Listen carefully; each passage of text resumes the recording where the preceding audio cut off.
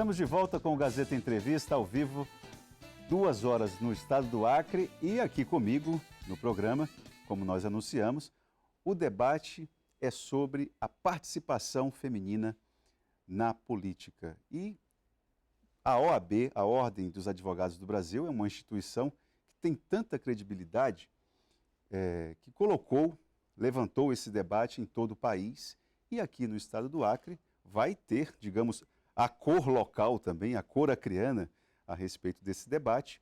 E quem vem detalhar para a gente como é que vai ser o tom disso é Daniela Borges, que está aqui mais próxima de mim, conselheira federal da Ordem dos Advogados do Brasil e presidente da Comissão da Mulher Advogada Nacional. Ou seja, ela é a responsável por levantar esse debate, fazer a costura em todo o país.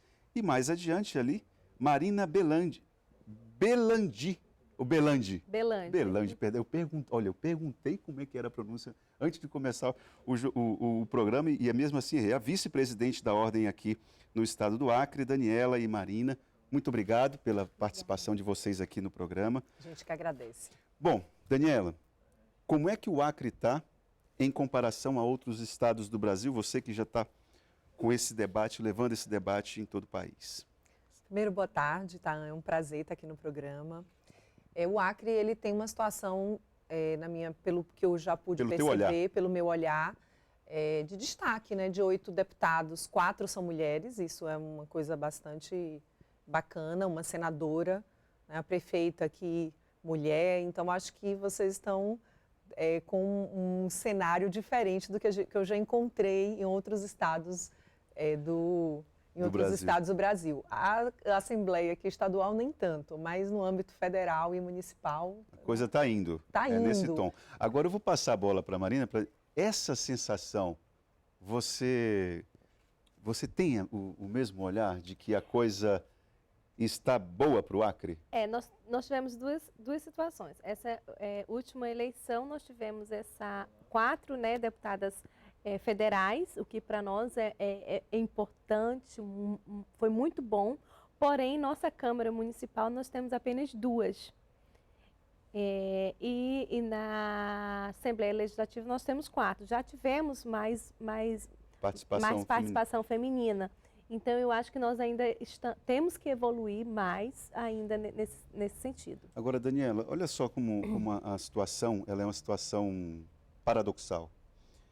Esse cenário de presença da mulher nos parlamentos e nos cargos de execução política não tem dialogado com o andar de baixo, porque o Acre, de acordo com o Atlas da Violência, é o pior lugar para uma mulher viver. Como é que a OAB vê isso? Primeiro, né, como eu tinha colocado, eu fiz uma comparação em relação ao resto do país, mas em relação porque existem estados muito piores, né, do que o Acre do ponto de vista de representação, de representatividade. Mas a realidade é que a gente tem muito o que caminhar, sem dúvida nenhuma. Então, quando a gente olha, por exemplo, a representação na Câmara Estadual, aqui na Assembleia Legislativa, e do ponto de vista também, quando a gente vai analisar dos cargos diretivos, então isso é um processo, não é algo que vai acontecer de uma hora para outra, mas é uma caminhada que a gente precisa, de fato, trilhar, no sentido da gente poder implementar essas políticas mais dirigidas efetivamente para as mulheres. Essa questão da violência contra a mulher, ela é algo que eu percebo em todos os estados, falta dinheiro. Mas falta dinheiro para tudo, e o dinheiro, em alguma medida, vai para algum lugar. Então, na hora de se escolher e de se priorizar, é muito importante que na eleição dessas prioridades de destinação de verbas públicas esteja a destinação de verbas para o combate à violência. E eu acredito também que tem uma perspectiva cultural.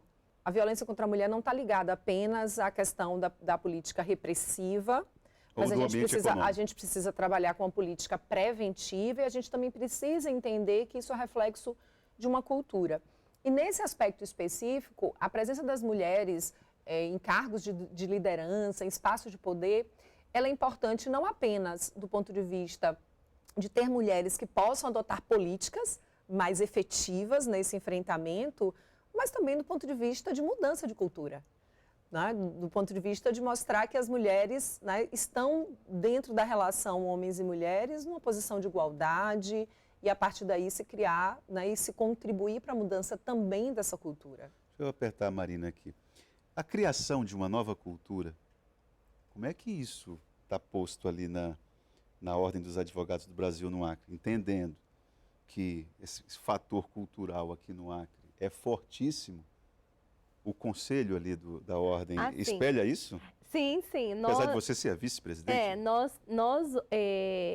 Eu como vice-presidente, eu tenho orgulho de falar isso, né? E eu não fui escolhida para preencher uma cota, né? Isso é importante você levantar, apesar de que nós lutamos sim, porque são muitas vezes o meio que nós temos, né, de garantir, né, que a mulher participe, mas através de trabalhos que você faz institucional e que você vai ter um reconhecimento tanto dos colegas que votam em você, como dos próprios que já estavam, né, no sistema. E a nossa instituição, ela tem já um histórico, né? Desde 2007, a gente tem a participação de mulheres nos cargos diretivos da instituição. Então, isso é uma presença bem constante. Isso é por princípio. Isso. Princípio. E agora, nessas últimas eleições, né, no triênio passado, eu era vice também, outras mulheres também faziam parte do cargos diretivos, de direção, tesoureira, diretora tesoureira.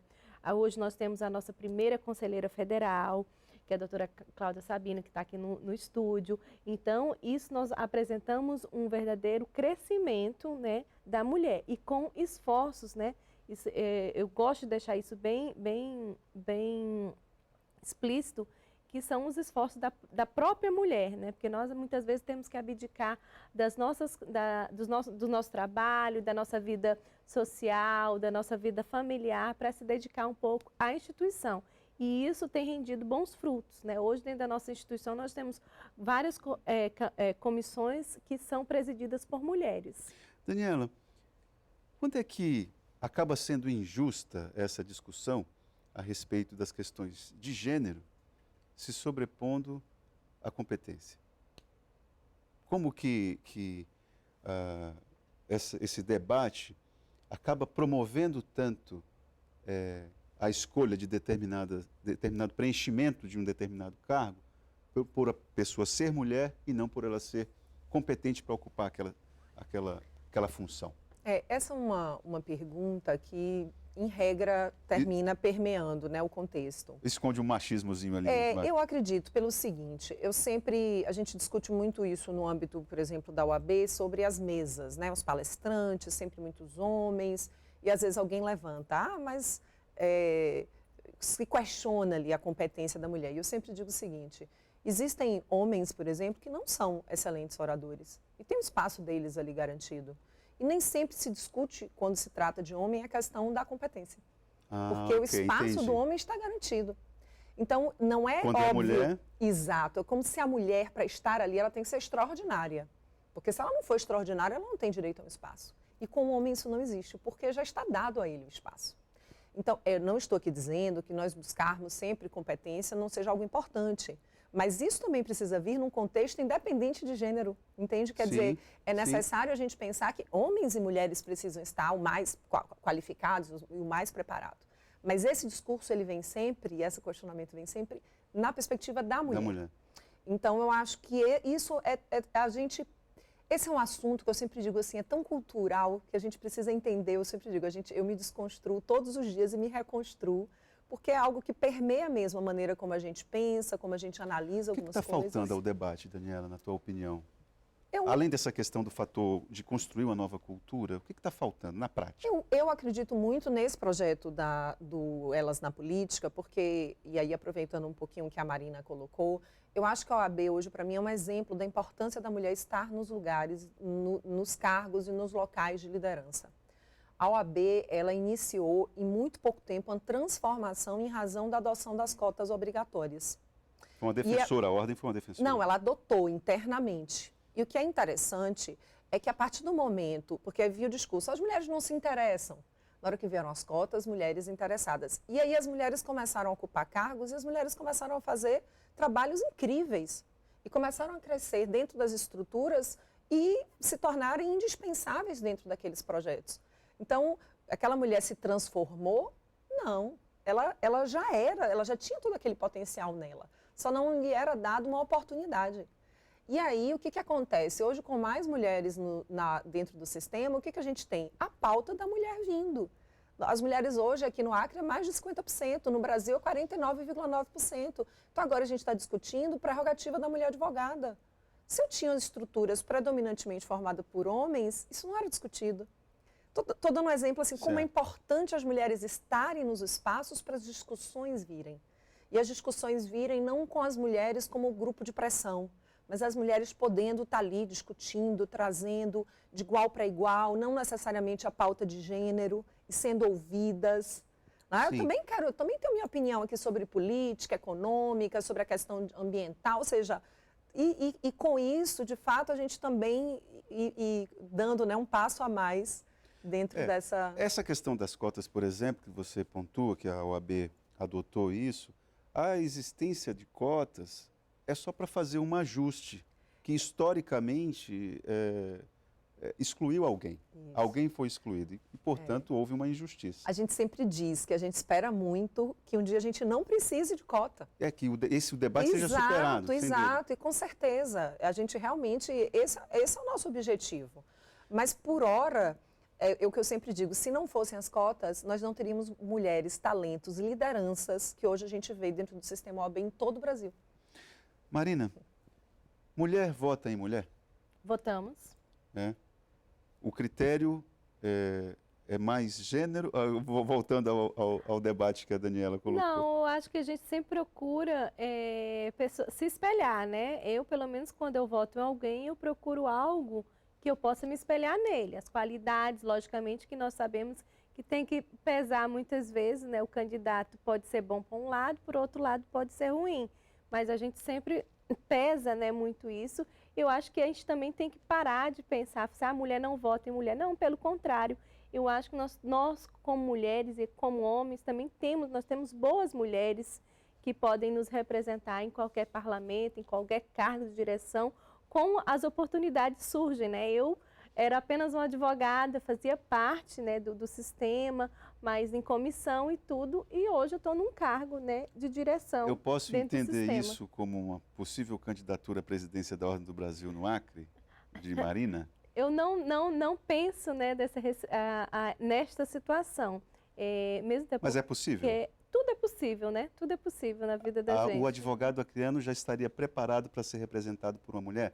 Isso é uma pergunta que eu acho que vale, porque... Eu acredito que sim. Eu tenho muitos colegas, né, que de certa forma reconhecem, né, a dedicação do trabalho, não querendo ser... Se autopromover. Logicamente, se eu me dispus, né, a representar a classe, eu acho que eu tenho por obrigação sempre estar disponível, tentar dar o máximo, né, para a advocacia, buscar as melhores soluções, muitas vezes para os litígios que existem, como cargo diretivo, muitas vezes nós temos que tomar decisões, né, administrativas. Então, assim, a gente tenta, logicamente, você como uma espécie de diretor, dirigente de uma instituição, você sempre procura a melhor solução, ser o melhor no que você faz. E assim como eu faço na minha vida privada, eu também tento ser a melhor, né, para representar os meus colegas advogados, em especial as minhas colegas, porque eu sei o que é trilhar o caminho de uma jovem advogada, de uma iniciante, né? Quando você inicia sozinha a advocacia, você não tem noção do que se espera. Quando você entrou pela primeira vez no Tribunal do Júri, por exemplo, te assustou? Aquele ambiente ali é um ambiente pesado. Eu vou falar, eu peguei minha carteira num dia, muito jovem, e no outro dia eu fui fazer uma audiência, e por incrível que pareça, eram aquelas audiências que nós fazemos lá de esses pequenos crimes eleitorais, aí, boca de urna e tudo. E eu cheguei com uma senhora que era minha cliente, seria apenas uma audiência. E, geralmente nessas audiências é arbitrado, a gente negocia com o MP, com o juiz, um sacolão, 2 sacolões, né, para alguma instituição. Mas, quando eu cheguei na audiência, não tinha defensor público. E era a minha primeira audiência, até hoje eu lembro, até digo, meu primeiro juiz, meu primeiro promotor, né, que é o doutor Marcelo Coelho, né, que hoje é juiz da 4ª Vara Civil, e o doutor Tales, que é promotor de justiça. Então, eles... Você não quer ficar para as outras audiências? Acho que eram uns 50. Eu falei, bom, fiquei, né? Uma experiência incrível, né? Primeira vez fazendo uma audiência. Já foi nativa, já de cara. Então, assim, você tem, né, um ambiente que eu não conhecia, né? Eu não tive a oportunidade de fazer um estágio, de fazer todos esses trâmites, né, que eu acho que um advogado deve fazer, até para conhecer o dia a dia. Mas para mim foi uma experiência muito boa. Logicamente, tudo é novo, você sente uma certa insegurança. Mas depois você acaba, até hoje, né? Às vezes você vai fazer uma sustentação, daqui a pouco eu vou fazer uma sustentação oral. Então você começa, né, a se preparar, né, para aquele... E fica nervoso, qualquer um fica. Marina, então hoje esse debate vai estar sendo feito onde? Na UAB, na sede, né, da UAB, que fica ali na Alameda. Fica próximo à Polícia Federal e à Justiça Federal, né? Isso. Ali na BR-364. Exatamente. Que horas vai ser? Inicia-se às 5 horas, né? E deve se estender até às 21 horas. Bom, então você que acompanhou a entrevista, que se interessa pelo assunto, está aí uma oportunidade para participar de um debate qualificado. Bom, queria agradecer a presença de Daniela Borges e de Marina Belandi pela presença aqui no Gazeta Entrevista. Obrigado mais uma vez. Lembrando que esse terceiro bloco do programa é um oferecimento da Verágua, a água mineral dos acreanos. O Gazeta Entrevista volta amanhã.